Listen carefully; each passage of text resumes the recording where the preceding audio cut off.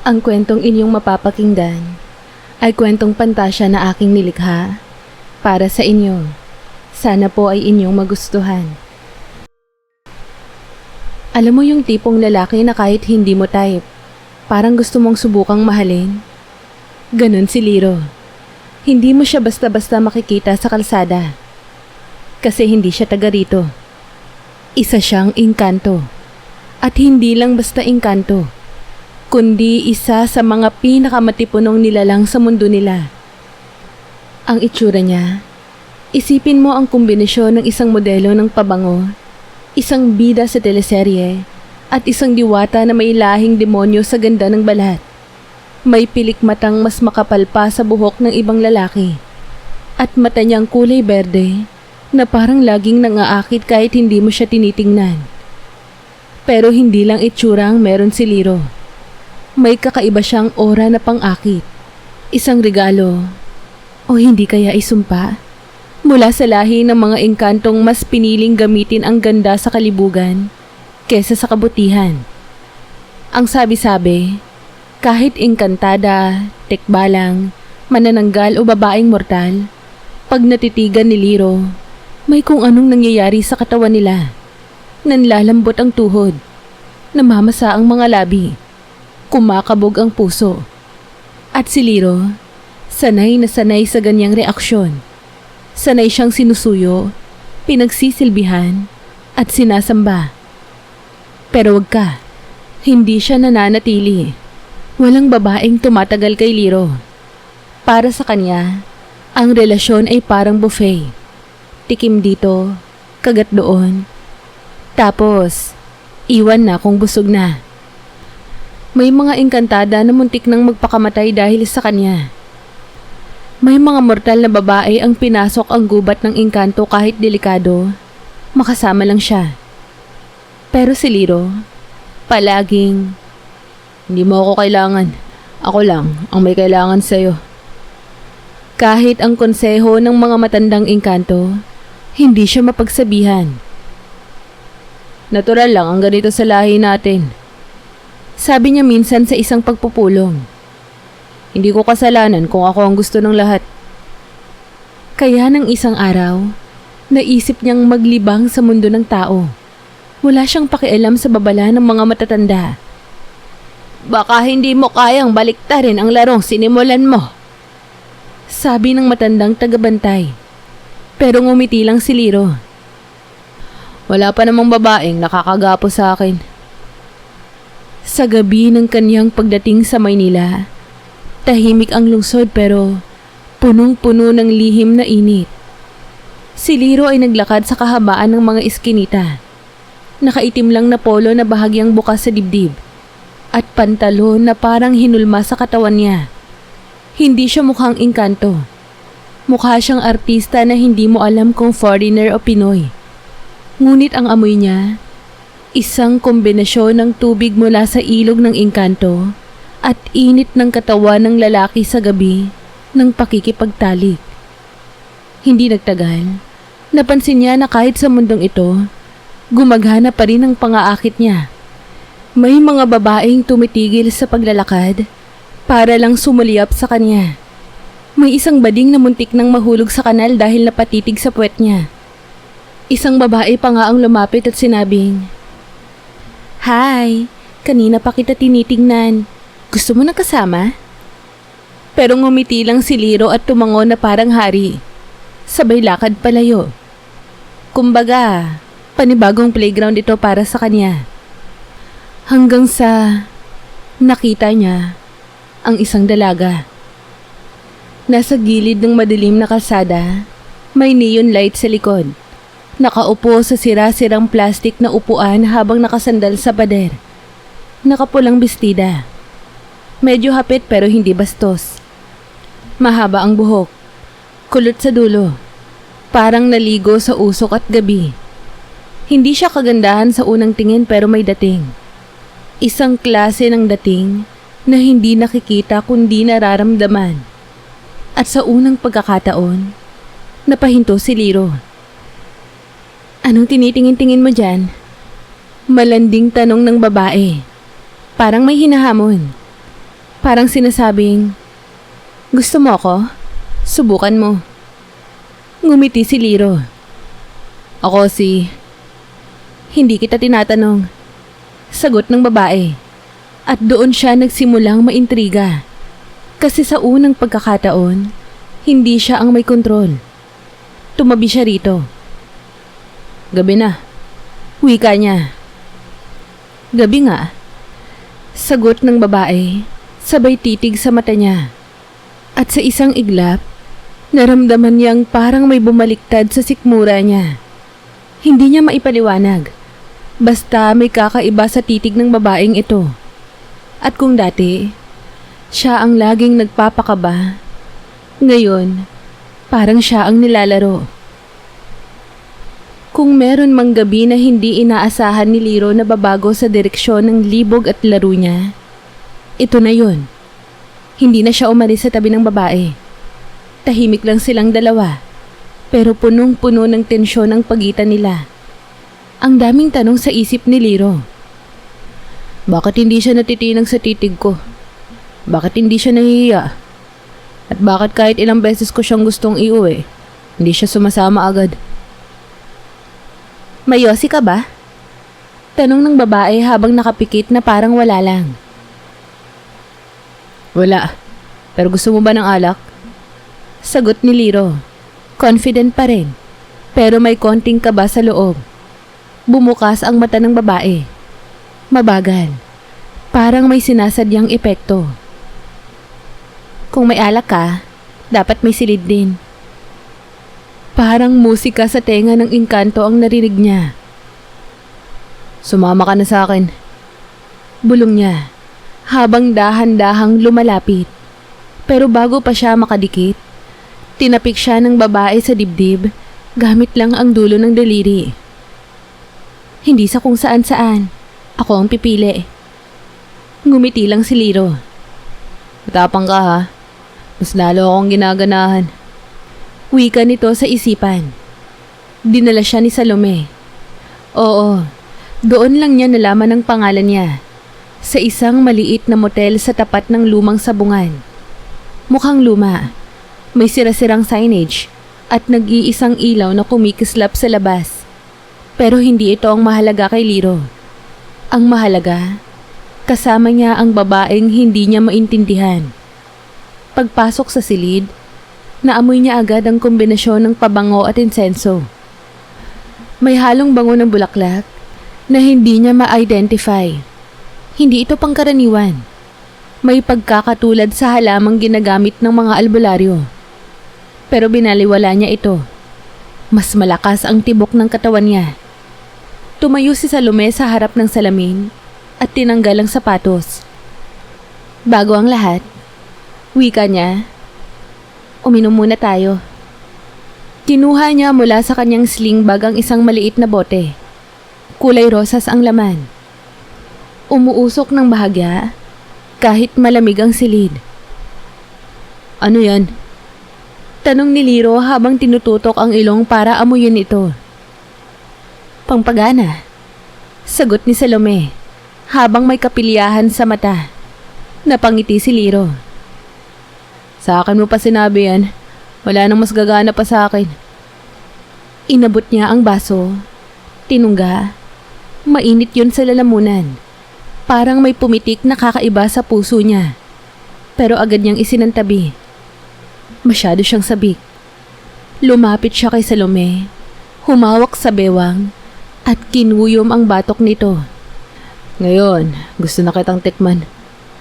Bulong niya sa tenga. Pero bago pa siya makalapit sa mga labi ng babae, inunahan na siya ni Salome. At hindi basta halik. Iyon yung klase ng halik na parang sumingot siya ng langhap sarap pero may kasamang ulap. Malambot, mabagal, pero sa bawat segundo, parang nilulunod siya sa damdaming hindi niya pa kailanman naramdaman. Walang nagmamadali. Parang silang dalawa lang ang tao sa buong mundo. Si Salome ang nagdikta ng ritmo. Hindi si Liro. Habang unti-unti nang nawawala ang damit niya, parang nawawala rin ang mga layer ng kanyang kapangyarihan. Hindi niya ito agad napansin. Akala niya, parte lang ng ibang experience ang lahat. Pinakamasarap nga naman. Pero sa pinakagitna ng akto, may napansin siyang kakaiba. Habang nakapatong sa kanya si Salome, habang iniikot ng daliri nito ang kanyang dibdib, may bumulong sa tenga niya. Hindi lahat ng umaakit ay kayang magtagumpay sa tunay na nagmamahal ng lubos. Nagkatinginan sila. Nakatitig si Salome sa kanya na parang alam ang lahat ng sikreto niya. Sinubukan ni Liro ng umiti. Pero bakit parang nanginginig siya? Pagkatapos ng gabi na yon, bumagsak siya sa kama. Hindi niya maalala kung paano siya nakatulog. Basta, ang huling naalala niya ay nakatitig si Salome sa kanya. Habang pinapahid ng daliri niya ang natirang likido ng gayuma sa labi ng engkanto. Habang nakapikit si Liro, nagsalita si Salome sa hangin. Isa ka lang sa marami, pero ikaw ang pinakamatagal. Makasakali, matuto ka. Hindi sanay si Liro sa ganitong pakiramdam. Pagdilat pa lang ng mata niya kinabukasan, parang may kulang. Mainit ang pakiramdam ng katawan niya pero malamig ang paligid. Basang-basa ang likod niya sa pawis. Pero hindi dahil sa init, kundi sa kakaibang uhaw na hindi niya maipaliwanag. Hindi tubig ang hanap niya. Hindi pagkain. Hindi kapangyarihan. Kundi si Salome. Hinahanap-hanap niya si Salome. Bumaling siya sa tabi ng kama. Wala. Ang kumot, magulo. Amoy na amoy pa niya ang bango ng babae. Yung parang bulaklak na may halong sunog na damo. Pero hindi niya makita ang dalaga kahit saan. Tumayo siya, hubot-hubad at lumingon sa paligid ng mumurahing kwarto. Wala na ang bag ni Salome. Wala ang bote ng pink na inumin. Wala ang lipstick na naiwan niya kagabi sa salamin. Wala siyang iniwan. Ni isang bakas.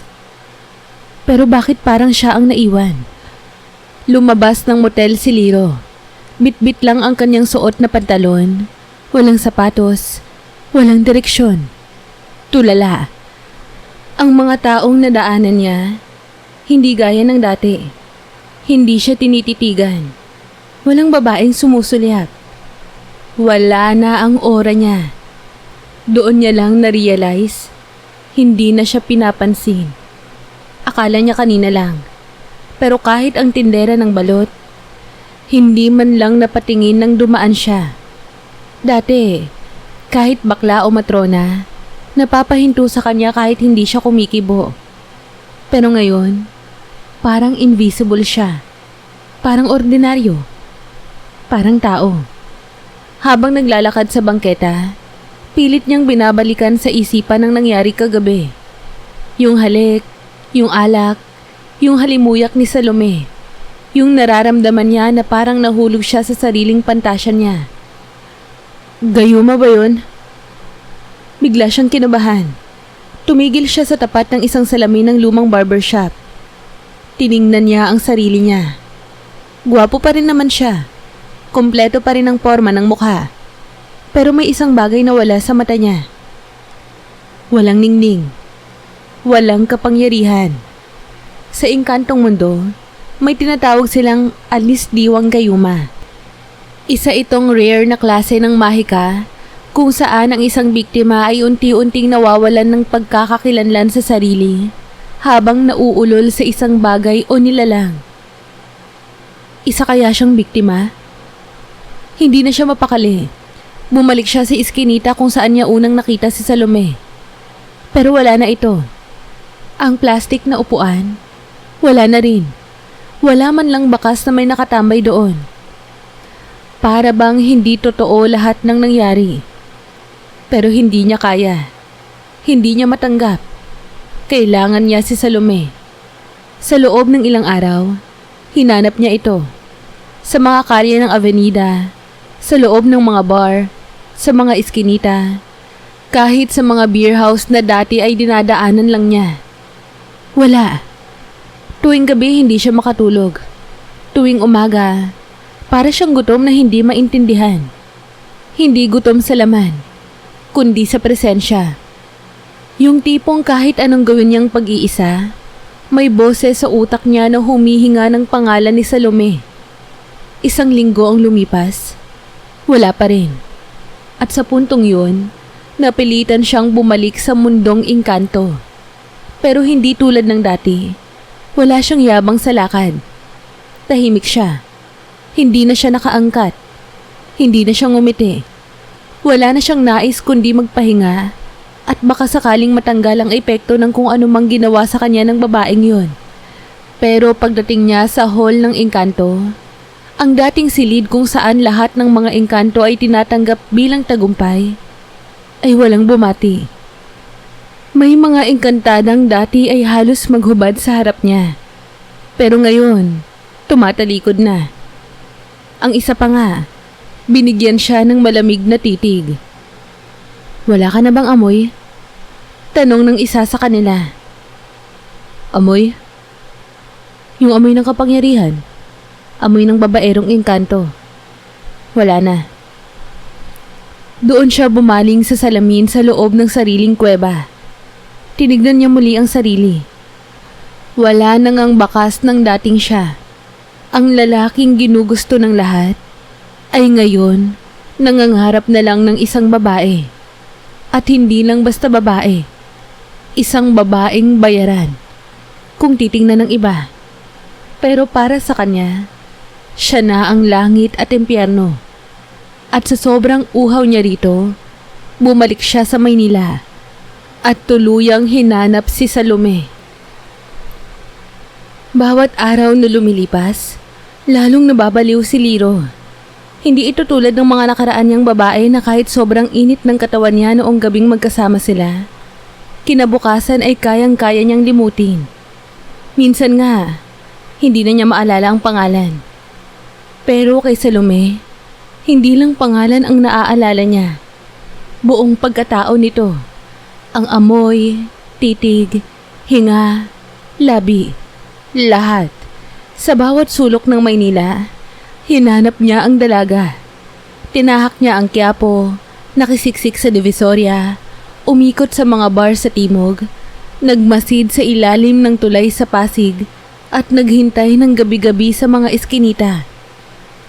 Pero kahit anino ni Salome, hindi niya makita. Ang tanging meron siya ay ang gabi ng alaala ng halik nito.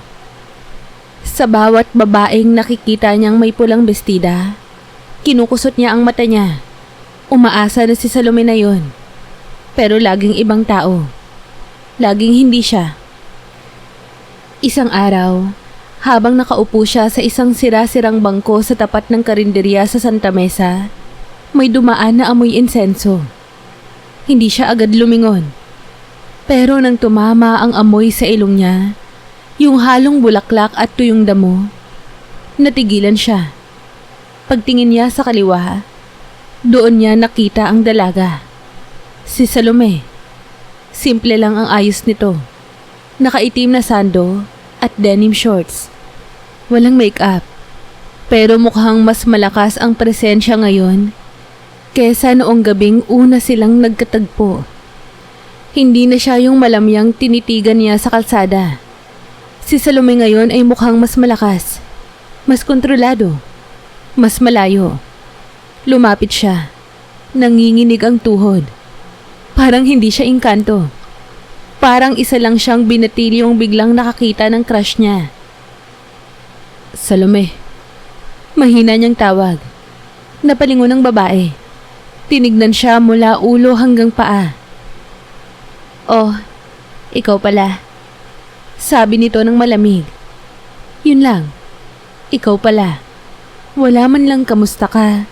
Wala man lang anong ginagawa mo rito. Pero sa kabila ng malamig na tinig niya, lumapit si Liro. Hinahanap kita. Simula nung gabi na yun, hindi na ako mapakali. Pag-amin ni Liro. Umiling si Salome habang umupo sa upuang bakal sa tapat niya. Kumuha ng yosi at sinindihan. Bakit mo ako hinahanap? Hindi ba dapat ako yung umiwas sa'yo? Hindi ko alam. Pero hindi na ako makatulog. Hindi ako makakain. Hindi ko na maramdaman yung dati kong sarili. Tinignan siya ni Salome. Matagal. Tahimik. Hindi siya nagsalita agad. Hanggang sa bigla itong ngumiti. Pero hindi masaya. Parang may sakit. Sarap, no? Yung wala kang kontrol.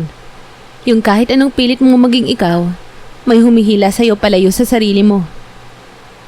Natahimik si Liro. Ganyan din ako dati, Liro. Dati. Tumayo si Salome at lumakad palayo. Pero pinigilan siya ni Liro. Hinawakan ng kamay. Ngayon lang siya nagmakaawa. Salome, pakiusap. Huwag mo akong iwan. Hindi ko alam kung ano tong nararamdaman ko pero totoo ito. Hindi na to laro. Hindi lang to katawan. Salome, gusto kita. Mahal kita. Napatingin si Salome sa kamay niyang nakahawak. Hinawi niya ito ng dahan-dahan. Hindi marahas, pero may bigat. Huwag mo akong mahalin, Liro. Kasi hindi mo pa rin ako kilala. Kahit sinasabi mong mahal mo ako, baka hindi mo pa rin naiintindihan kung sino talaga ako. At kung ano ang nagawa mo sa akin noon. Pagbalik ni Liro sa tinutuluyan niya sa lungsod, hindi siya makapaniwala sa narinig. Ano raw? Anong nagawa noon? Hindi niya maalala. Buong buhay niya, ang mga babae ay tumatagal lang sa kanya ng isang gabi. Walang tumatagal kahit kanino. Pero wala siyang matandaang babae na ganito. Walang Salome sa memorya niya. Pero mas lalong bumigat ang dibdib niya. Kasi kahit hindi niya alam ang kasalanan niya, gusto niyang itama ito. Kahit anong sakit, kahit anong kahihiyan. At doon niya naisip, kung kailan lang siya nawalan ng lahat, ng kapangyarihan, kagandahan, kalakasan, saka lang siyang natutong maghabol. Sa buong buhay ni Liro bilang engkanto, never siyang naging interesado sa nakaraan ng babae. Bakit pa? Sanay naman siyang dumaan lang, magpabaliw at iwan. Pagkatapos ng isang gabi, wala na siyang pake kung saan galing ang babae o anong kwento nito. Basta, nakuha niya ang gusto niya. Tapos na. Pero ngayong siya na ang lumuluha, siya na ang naiwan, at siya na ang nangangarap. Parang kulang ang buhay niya hanggat hindi niya alam kung sino ba talaga si Salome. Simula nang muli niya itong makita at tinanggihan siya sa Santa Mesa, hindi na siya mapakali. Kaya nagdesisyon siya na sundan ng babae. Gamit ang natitira pa niyang koneksyon sa engkantadong mundo. Bumuo siya ng simpleng tracking spell. Gamit ang ilang hibla ng buhok na naiwan ni Salome sa kanyang damit at isang batong pangsalamin mula sa ilalim ng bukal. Isang gabi, habang nakaupo sa loob ng lumang apartment na tinutuluyan niya, inilabas niya ang bato at ibinigkas ang salitang engkanto. Saan ka nang babalik, kaluluwa ng lihim? At doon nagsimulang lumabo ang paligid. Ang bato ay nagliwanag at dahan-dahang ipinakita ang isang eksena. Isang silid, puno ng kandila, usok, at mga lumang kagamitan ng isang manggagayuma. Nakita niya si Salome, nakatalikod, nakaupo sa gitna ng isang malaking pentagram. Nagsusulat ng isang lumang aklat. Ang buhok niya ay nakapusod at may suot siyang puting damit na tila manipis at lumulutang. Napasinghap si Liro. Hindi ito ordinaryong babae. Isa itong mangkukulam. Pero hindi pa tapos ang sorpresa. Kinabukasan, sinundan niya ang enerhiya ng spell. Nakapunta siya sa isang tagong compound sa tabi ng Ilog Pasig. Mukha lang abandoned warehouse, pero ramdam niya ang manipis na tabing ng engkantong enerhiya sa paligid. May mga aninong dumadaan. May mga bulong sa hangin. Dahan-dahan siyang pumasok, umakyat sa kahoy na baitang, at doon, sa ikalawang palapag, nakita niya ang silid na parehong-parehong nakita niya sa bato. Walang tao, pero sa gitna ng altar, may nakalagay na old leather book. Sa gilid nito, isang portrait na halos kupas na. At doon siya napatigil. Larawan niya yon. Bumalik ang kaba sa dibdib niya. Binuksan niya ang libro. Ang amoy ng lumang papel at tabo ang sumalubong sa ilong niya. Isa-isa niyang binasa ang mga sulat. Mga pangalan ng lalaki. Mga petsa. Mga spell. Mga kwento ng paghihiganti. At sa bandang huli, isang pahina na may pangalan niya. Liro, ang engkantong umalipusta sa akin. Tumigil ang mundo niya. Napaupo siya sa sahig. Binasa niya yon. Noong ako ay isang engkantada, ako ay sumunod sa kasunduan ng mundo ng dilim at liwanag. Ako si Samara, bantay ng batis ng marikit. Ang tungkulin ko, panatilihin ang balanse sa pagitan ng mga nilalang. Isang gabi, dumating siya, si Liro. Mapang-akit, mapanlinlang, at mapanghamon. Tinuruan niya akong magmahal. Pero, nilaro lang niya pala ako. Pinaniwala niya ako na may koneksyon kaming dalawa. Nang nakuha niya yung pagkatao ko, iniwan niya akong luhaan. Sa kahihiyan, pinalayas ako ng mga matatandang engkanto. Tinawag akong marumi. Nilapastangan. Hindi na karapat-dapat manirahan sa kanilang mundo. Kaya nanumpa ko na isang araw, isusumpa ko ang lalaking yun. Ngunit hindi sa paraang marahas. Gagawin ko ito sa paraang pinakamasakit. Ipapalasap ko sa kanya ang tunay na pag-ibig at ang sakit ng hindi makuha ito. Nanginginig si Liro habang pinagmamasdan ang huling pahina. Sa sulok ng papel, may nakasulat na sulat kamay. Tila isinulat lang, kamakailan. Ngayon, siya ay mahal ko na rin. Pero hindi ko na alam kung anong totoo at kung anong leksyon pa ang natitira. At doon lang niya napagtanto. Si Salome ay si Samara. Isa sa mga babae niyang niloko noon. Isang engkantadang itinakwil dahil sa kanya. At ngayon, siya ang ginagamit na instrumento ng karma. Napapikit si Liro. Hindi dahil sa galit, kundi sa sakit. Dahil ngayon lang niya naramdaman na yung sinaktan niya noon ay siya ring mamahalin niya ng buo balang araw. Gabi na naman. Pero iba ang gabing ito kay Liro. Dahil sa unang pagkakataon, may mabigat sa dibdib niya na hindi niya kayang pagpagin.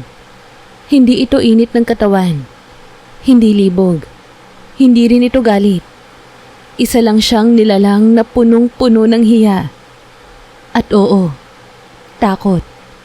Takot sa katotohanan. Takot na baka huni na ang lahat. Nasa tapat siya ng compound kung saan nakita niya ang lihim na silid na Salome. O ni Samara, ang tunay niyang pangalan. Nakatingin lang siya sa pinto at sa bawat segundo na lumilipas, parang may bumubulong sa loob niya. Wag na. Ano pang silbi? Hindi ka na ang engkantong kilala mo. Wala ka nang kayang gawin. Pero tinulak pa rin niya ang pinto. Pagpasok niya, nakita niya agad si Salome. Nakatalikod. Nasa harap ito ng altar. Nagsisindi ng kandila. Tila walang balak tumingin sa kanya. Ang liwanag ng apoy ay sumasayaw sa kanyang anino.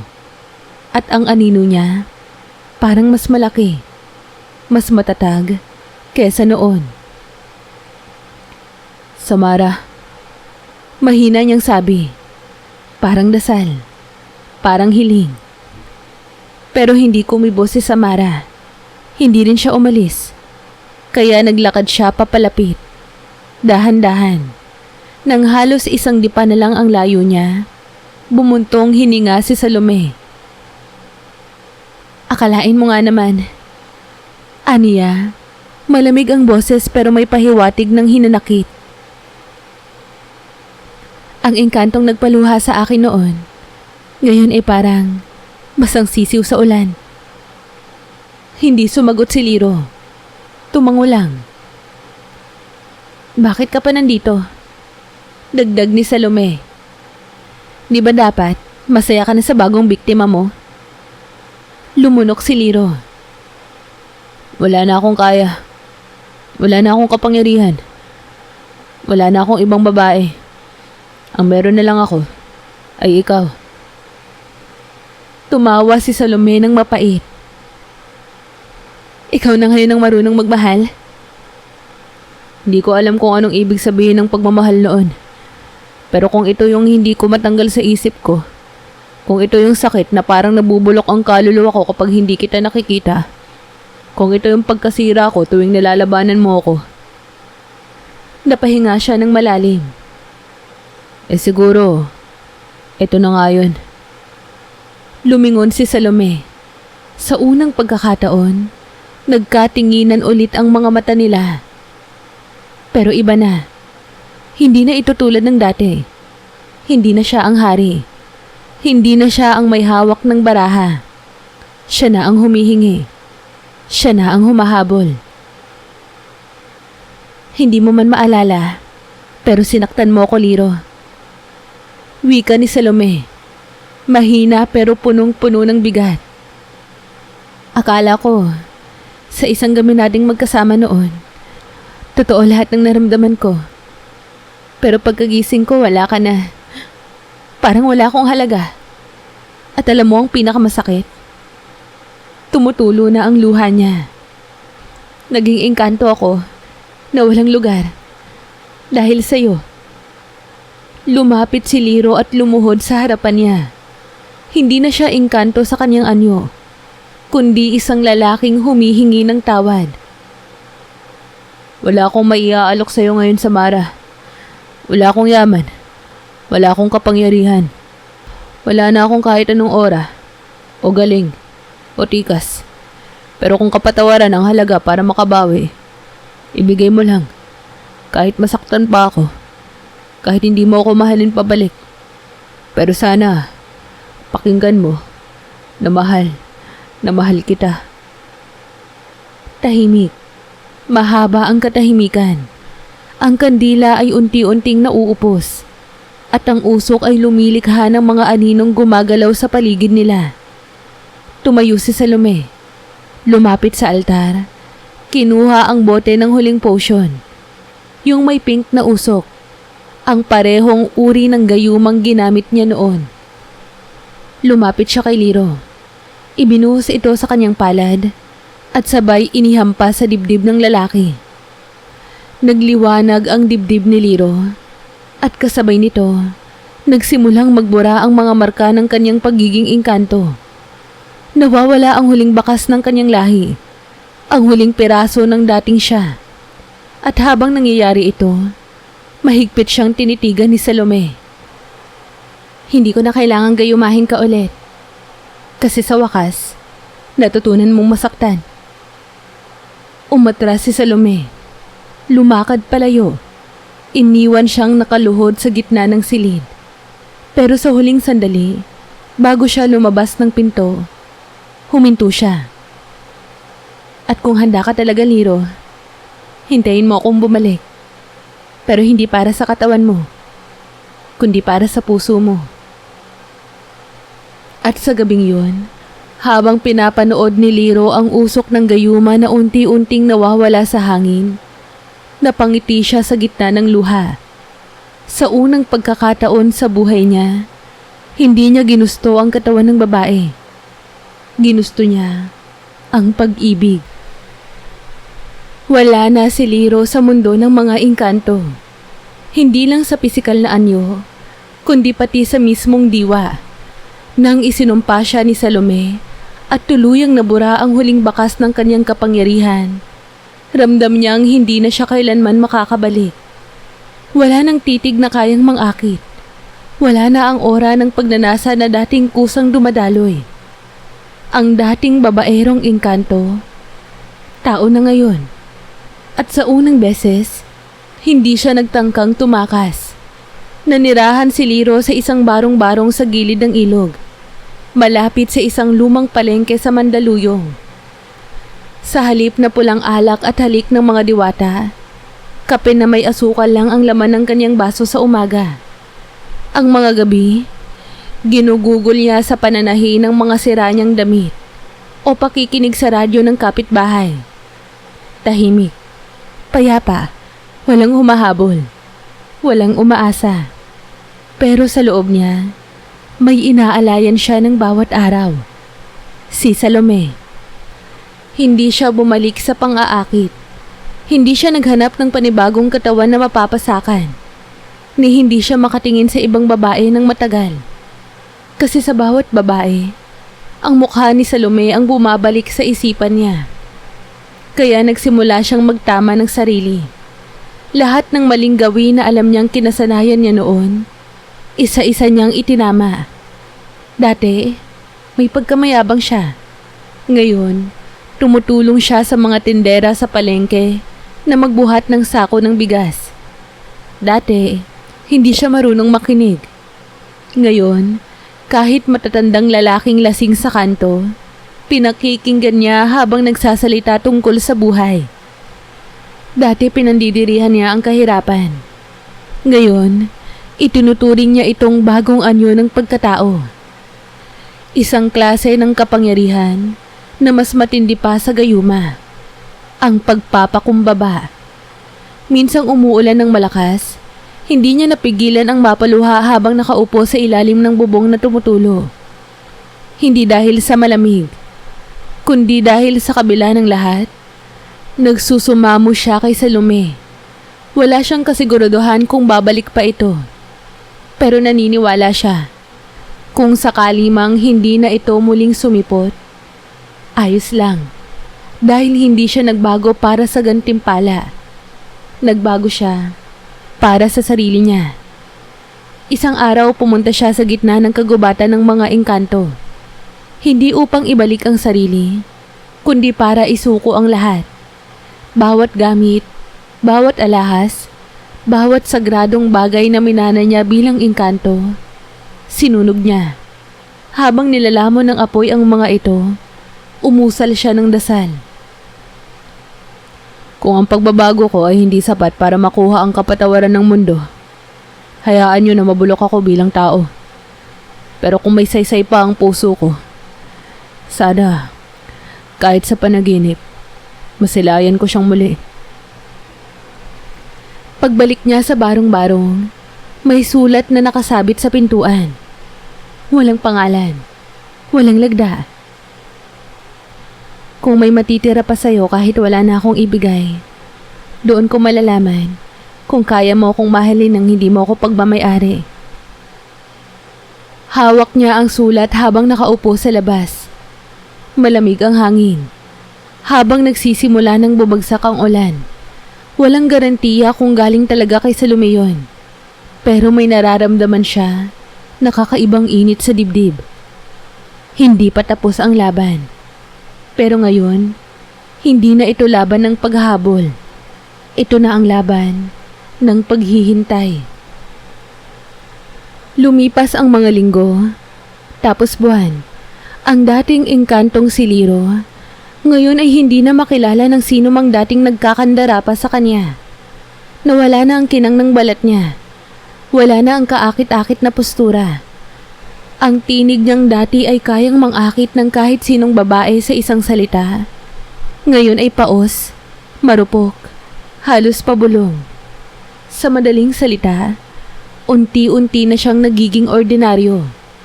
Hindi lang sa anyo, kundi sa buong pagkatao. At sa kabila ng lahat, hindi siya umaalis. Hindi siya bumabalik sa pagiging Liro na engkanto. Nandito siya sa mundo ng tao. Tahimik, mahina, pero buo. Minsan hindi na siya makabangon agad. May araw na masakit na ang mga tuhod niya kahit hindi pa siya matanda. Sa tuwing makakakita siya ng salamin sa palengke o sa jeep, minsan hindi na niya agad nakikilala ang sarili niya. Pero tinatanggap niya yon. Kasi sa bawat kahinaan, bawat sakit ng katawan, may pumipintig sa loob niya. Isang alaala, isang pangalan. Salome. Isang gabi, kasagsagan ng bagyo, malakas ang hangin at halos tangayin ang yero ng bubong ng kanyang maliit na tirahan. Nakabalot siya sa lumang kumot, nanginginig at may lagnat. Wala siyang pera para bumili ng gamot. Wala rin siyang kasama. Ang mga kapitbahay, busy sa kanya-kanyang pamilya. Kaya mag-isa lang siya sa dilim. Naisip niyang baka ito na yon. Baka ito na ang huling gabi niya. At sa gitna ng deliryo, paulit-ulit niyang binubulong kahit nanginginig ang bibig. Salome, kung hindi man ako karapat-dapat sa'yo, sana patawarin mo ako. Maya-maya, may malamig na hangin na dumaan sa loob ng kwarto. Hindi tulad ng simoy ng bagyo sa labas. Iba ito. Malambot, mabango, kalmado. Dumilat siya. Pilit nilalabanan ang pagkahilo. Doon, sa may pintuan, nakita niya si Salome. Basang-basa ng ulan. Nakatayo. Tahimik. Walang galit. Walang ngiti. Pero ang mga mata niya, punong-puno ng kung anong damdamin na hindi maipaliwanag. Naglalakad itong dahan-dahan papasok. Dala ang isang supot ng tinapay at isang termos ng mainit na tubig. Walang salitaan. Lumuhod si Salome sa tabi niya. Tinanggal ang kumot. Pinunasan ang pawis niya. Pinainom ng sabaw. Hinayaan siyang umiyak. Hinayaan siyang hawakan ang kamay nito habang nanginginig. At doon, sa unang pagkakataon mula sa gabing sinumpa siya, umiyak si Liro hindi dahil sa sakit ng katawan, kundi dahil sa pagluwag ng damdamin. Totoo ba to? Bulong ni Liro. Halos hindi na siya makapagsalita. Andito ka na ulit. Tumango si Salome at gumiti ng bahagya. Hindi kita pinatawad para sa sarili mo. Pinatawad kita kasi kahit hindi mo alam kung paano magmahal, pinili mong matuto. At yun ang pinakamatapang na bagay na nakita ko sa isang tulad mo. Salome. Nag-ipon ng lakas si Liro. Pilit umangat para makalapit sa kanya. Mahal kita. Hindi ko alam kung karapat-dapat pa ako dito. Pero kung meron mang natitira sa puso mo. Naputol ang sinasabi niya dahil hinawakan ni Salome ang mukha niya at dahan-dahang inilapit ang sarili. Isang halik sa noo. Isang halik sa labi. Banayad. Walang libog. Walang puwersa. Isang halik ng pagtanggap. Ngayon, totoo na ang lahat. Bulong ni Salome. At sa gabing iyon, sa gitna ng ulan at pagod, habang pinapahinga siya ng kanyang pinakamamahal, ang dating babaerong engkanto ay natulog sa unang beses bilang isang lalaking minamahal din. Lumipas ang mga araw mula nang bumalik si Salome sa buhay ni Liro. Hindi sila biglang naging magkasintahan. Wala ring mga matatamis na salita araw-araw. Pero ramdam mo sa kilos nila, may katotohanan na sa pagitan nilang dalawa. Gabi-gabi, nagluluto si Salome ng mainit na sabaw habang si Liro naman ay dahan-dahang bumabangon sa higaan para kumain sa tabi niya. Walang yaman. Walang kapangyarihan. Pero bawat kutsara ng sabaw, bawat ngiting binibitawan ni Salome para kay Liro, yun na ang langit. Hindi na siya naghahangad ng higit pa. Hindi na siya babalik sa dating buhay. At sa unang pagkakataon, masaya siyang siya na lang. Minsan habang naglalakad sila sa palengke, may dumaan na babae. Napatingin kay Liro at bumulong sa kasama niya.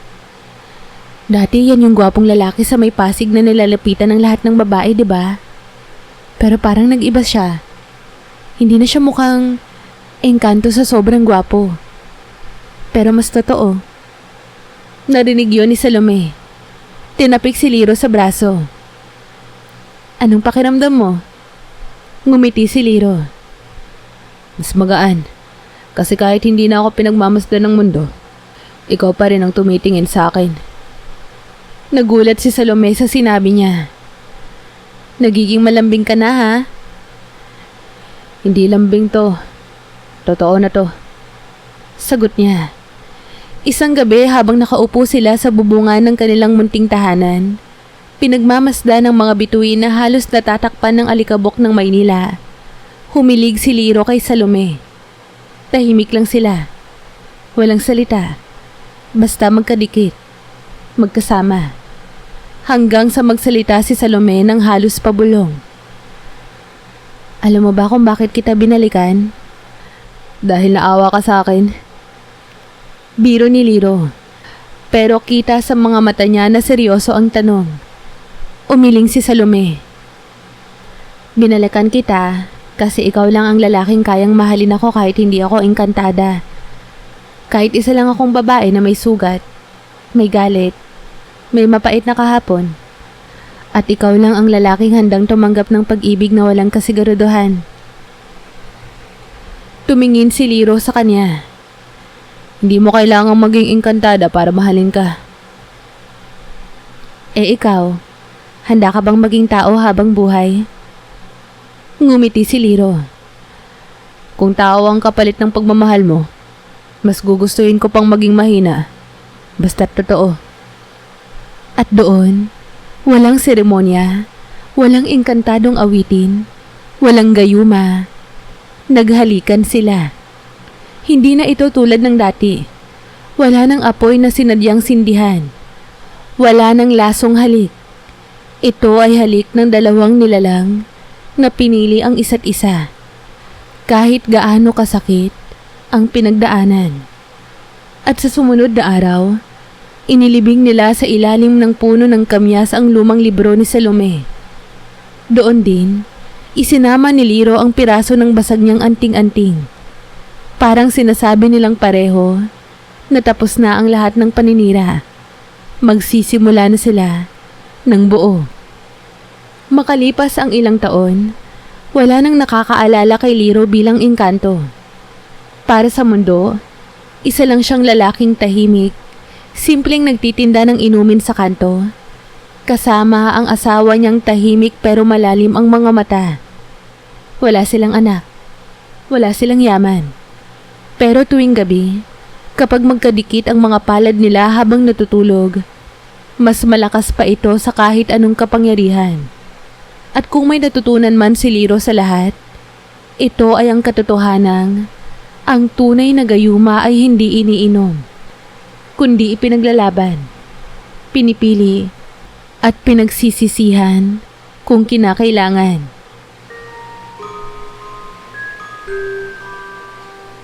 Kamusta po kayo?